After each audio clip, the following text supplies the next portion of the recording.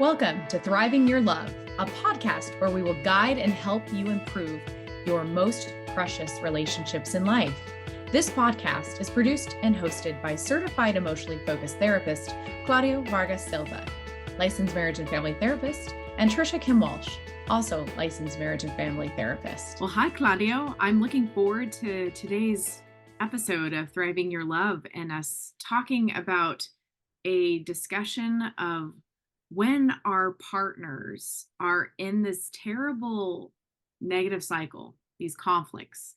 We can often, as partners, be on the defense, or we can be in criticism. But today we're going to be talking about belonging with your partner and all that happens when one partner really doesn't feel as though they feel the safety of really being understood. And that often this is creating a dramatic rift between partners, Claudio. And this can be where a partner can really shut down and feel that no matter what they're doing to try to resolve and to try to get close, it often feels like there's nothing they can do that's going to be right. And I see this all the time, Claudio, in my couples work. We were just talking about it a little bit ago. So I'm so glad that this is a topic that I hope our listeners and viewers are going to find beneficial. Yes, and couples, when they start their relationship, they have these great conversations. They want to be together all the time and they have so much fun talking to each other. But as time goes by and they start having problems and they have so many things to do, they don't have much time to talk anymore. And when they have time, the conversations many occasions become like about blaming and defending, blaming and defending. And one of them will raise a wall, and that wall becomes really hard for the other to break in, to get to communicate. And the other feels frustrated. Well, I want to talk to you, but you're pulling away. You don't want to talk to me anymore. And what I talk to you doesn't have any impact on you. It doesn't change you anyway. The anger keeps on growing from this person who wants to talk to the other, who wants to problem solve. And this person becomes more and more frustrated.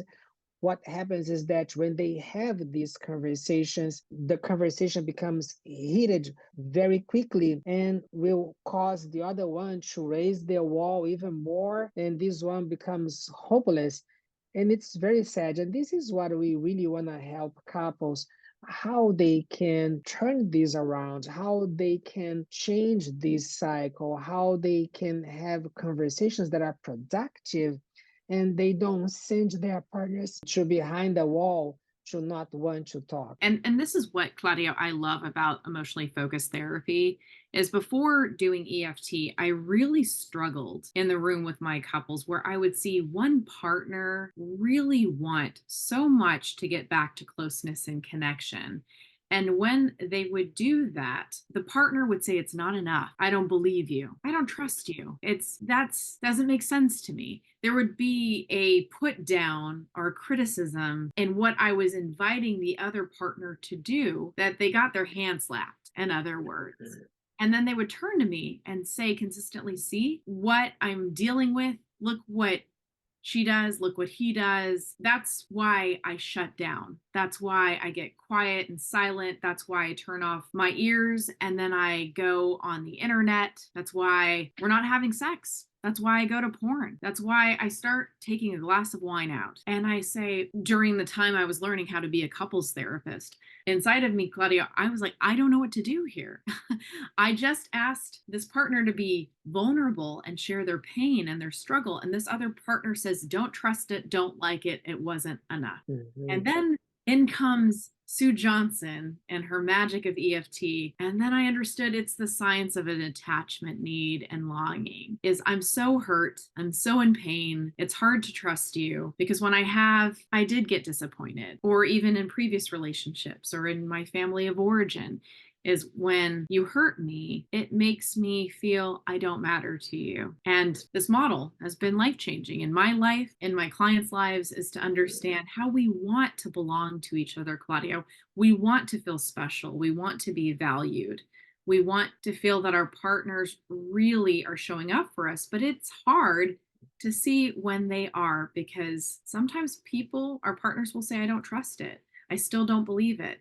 If it's too good to be true, it probably is. It reminds me now that when we do our workshops, the Hold Me Tight workshops Yes. for couples, that we show some videos of couples in conversations, that we direct them to conversations, Yes. and how the couples attending, they become in awe when they see the vulnerability, how the couples are talking to each other, the openness. And then the couples who attend the workshop, they are able to do that also with the therapists that we have that help them during the workshop. And there are some secrets that we show during the workshop. Those are really easy things that people can learn, but sometimes they don't know because, for example, the one that we say that is the pursuer, that is usually the one that is seeking the other to talk, this person doesn't know how he or she is to the other person. So when they start a conversation,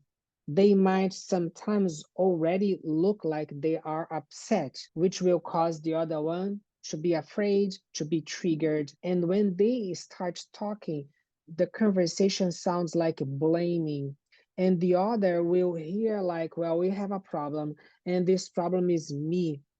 So what happens? This person really doesn't want to talk, doesn't look forward to these conversations because these conversations are so anxiety producing.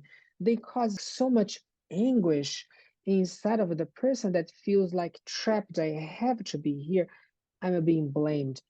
But there are some things that the pursuer can do sometimes that will help the other person to feel more at ease. For example, taking ownership, being humble, instead of sounding like you are the problem, but taking some responsibility. For example, I want so much to talk to you. This is so important to me. I want to feel close to you. But I know that I have not been doing a very good job in terms of how I approach our conversations. Because many times I just start like blaming you. I send a message that you are the problem. I might be angry myself. I might be loud. And I know that you don't feel safe. And I want to change that because I really want to draw you close to me.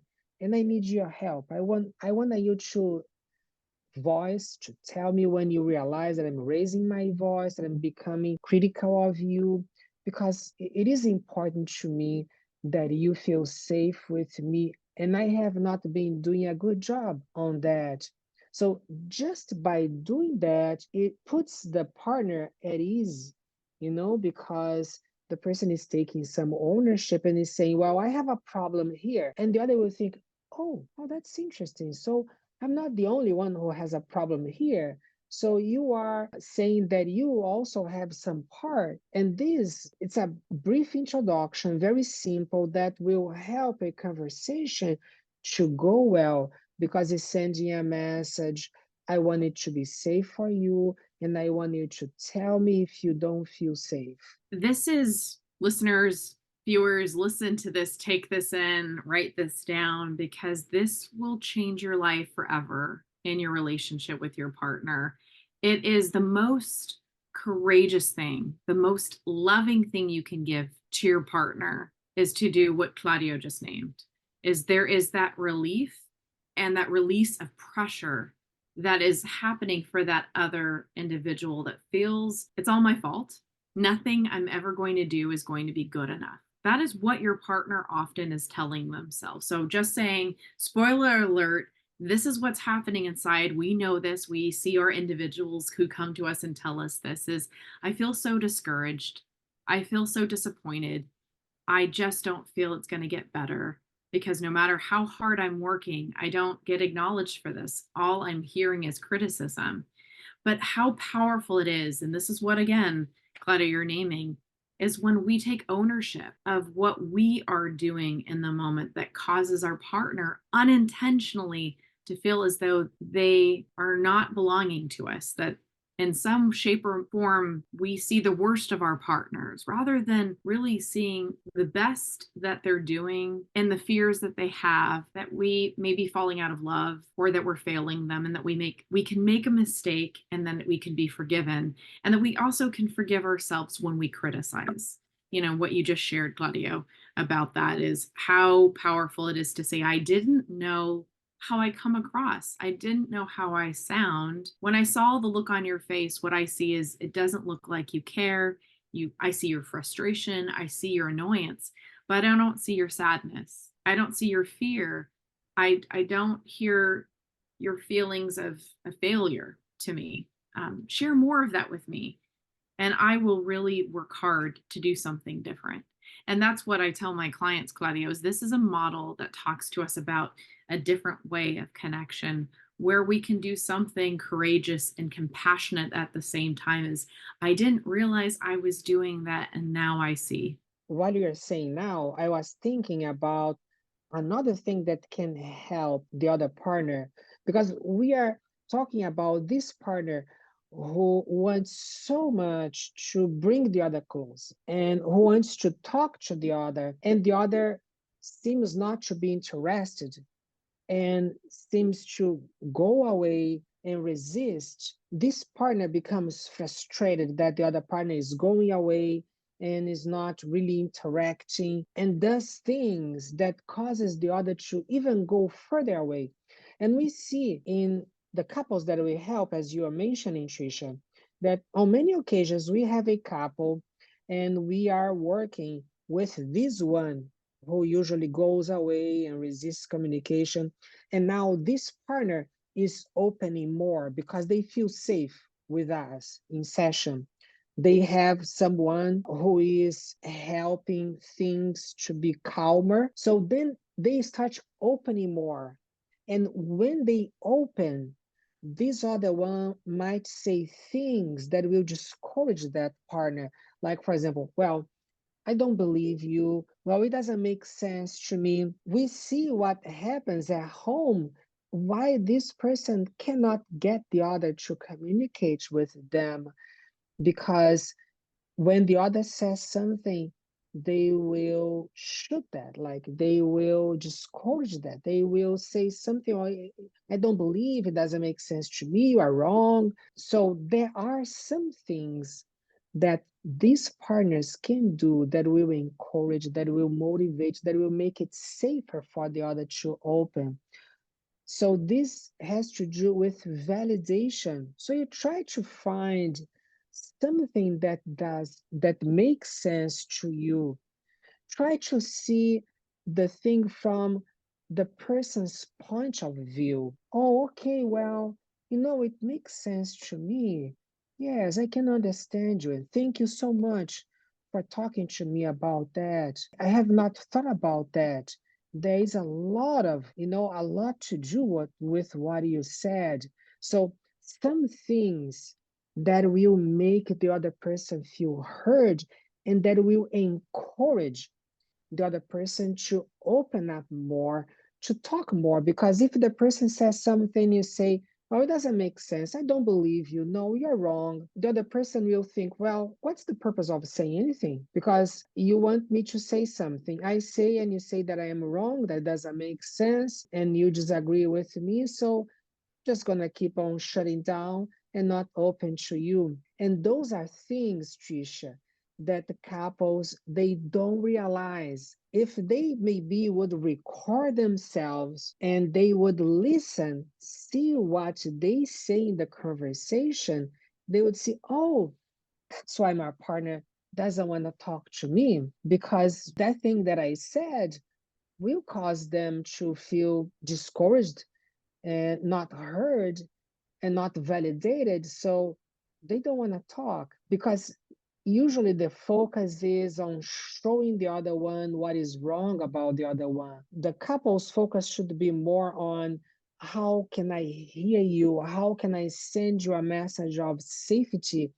How can I help you to feel like I care about what you feel and what you say, and I want to hear you? I agree with everything you've said, Claudio. It is such a consistently prevalent topic I see with my couples. It's the key ingredient to what we're naming is really listening as opposed to hearing. Because we can hear the words that our partners are saying, but to really listen to pain, because again, Claudia, we are in the profession of pain as we hear people's pain. And so on the outside, we hear, I don't believe it. I don't think this is going to change. And on the inside, what we're really hearing is, I'm scared. I'm scared to get hurt. I'm fearful that if I open my heart to you, you may leave me. You may not value me anymore. I'm scared that I could lose you, that you could reject me. These are the fears that we don't talk about because it's so hard, Claudia, when we're feeling exhausted from the fight. To be what you're naming is to be on the side of your partner, to really listen and say, I really hear how much that makes sense, that would be your experience. It's so hard because we are usually so prepared for the next rebuttal, the next retorting of our position, and how powerful and how different of a world, Claudia, we would live is if we really were able to listen to each other rather than to wait until that person, our partner, completed their thought, and then we dive in without really listening. We're hearing, but we're not listening. And so I love this topic, Claudio. I know that we could probably keep going on about it, but we hope that if you're listening and you are tuning in and you happen to be in the Bay Area, we want to emphasize that we provide Hold Me Tight workshops, and they're fantastic. They are well attended, and we also offer them virtually. So for those of you out of state, even out of the country, Claudia, we've had international visitors, couples from all over the world attend our workshops. If you are intrigued, if you want to know more, follow our website.